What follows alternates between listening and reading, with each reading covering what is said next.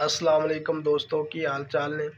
تل لے کے چلے جی محمد علی مرزا دے بیان تے سنو، دل نوں چنگا لگے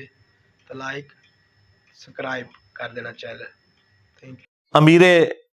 تنظیم ہے اس وقت شجاع الدین شیخ صاحب حفظہ اللہ تعالی، میں ان سے ریکویسٹ کروں گا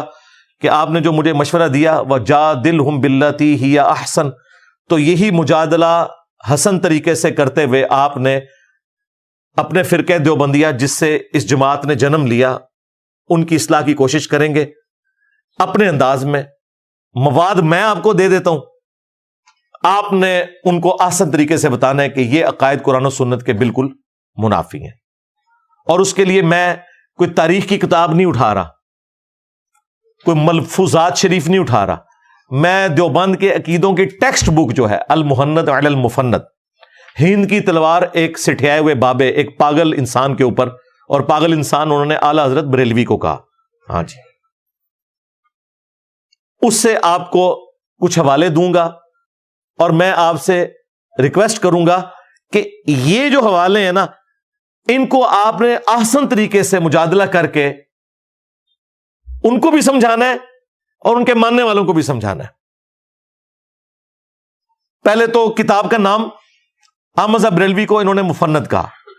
یہ آپ نے ان کو سمجھانا ہے کہ ہمارے بزرگوں نے غلطی کی ہے، یہ سمجھانے کا انداز نہیں ہوتا۔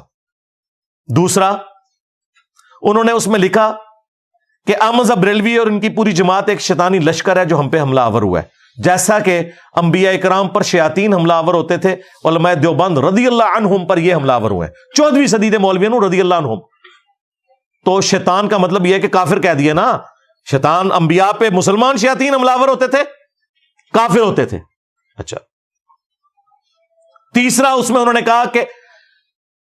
محمد بن عبد الوہاب صاحب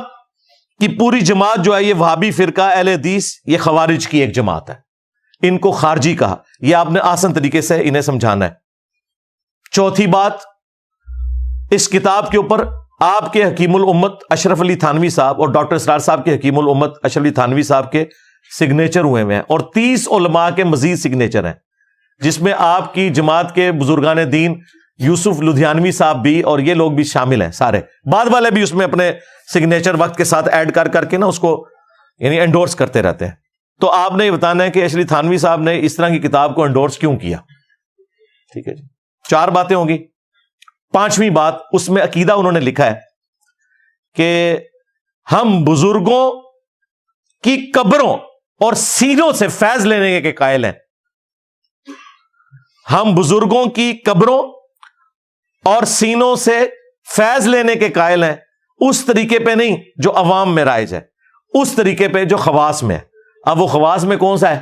وہ آپ نے ہمیں بتانا ہے، انہوں نے تو آپ کو نہیں بتانا، ہم بتا دیتے ہیں کہ کیا ہے خواص کے اندر، بتا دیں کس طریقے سے بتائیں؟ قبروں سے جی انہوں نے بتایا ہوا ہے، اشرف تھانوی صاحب نے خود اس کی شرح میں کتاب لکھ دی ہے ارواح ثلاثہ، اس میں انہوں نے لکھا ہے کہ قاسم نانوتوی صاحب مرنے کے 6 سال کے بعد خواب میں نہیں بیداری میں اپنی قبر سے نکلے، دیوبند کے 2 مولویوں کی صلح کرا کے دوبارہ قبر میں واپس چلے گئے، اور جس مولوی کے پاس آئے تھے سخت سردیوں کے اندر بھی لحاف کے اندر اس کا پسینہ چھوٹ گیا، ظاہر ہے مردہ نکل کے آ جائے تو ظاہر ہے بڑے بڑے بزرگان دین کا پسینہ نکل جائے گا، تو یہ قبر سے جائز طریقے سے یوں فیض ملتا ہے۔ ہاں بریلوی کریں تو علماء سو تو اڈے کرن، پھر سو نہیں ہوئے گا۔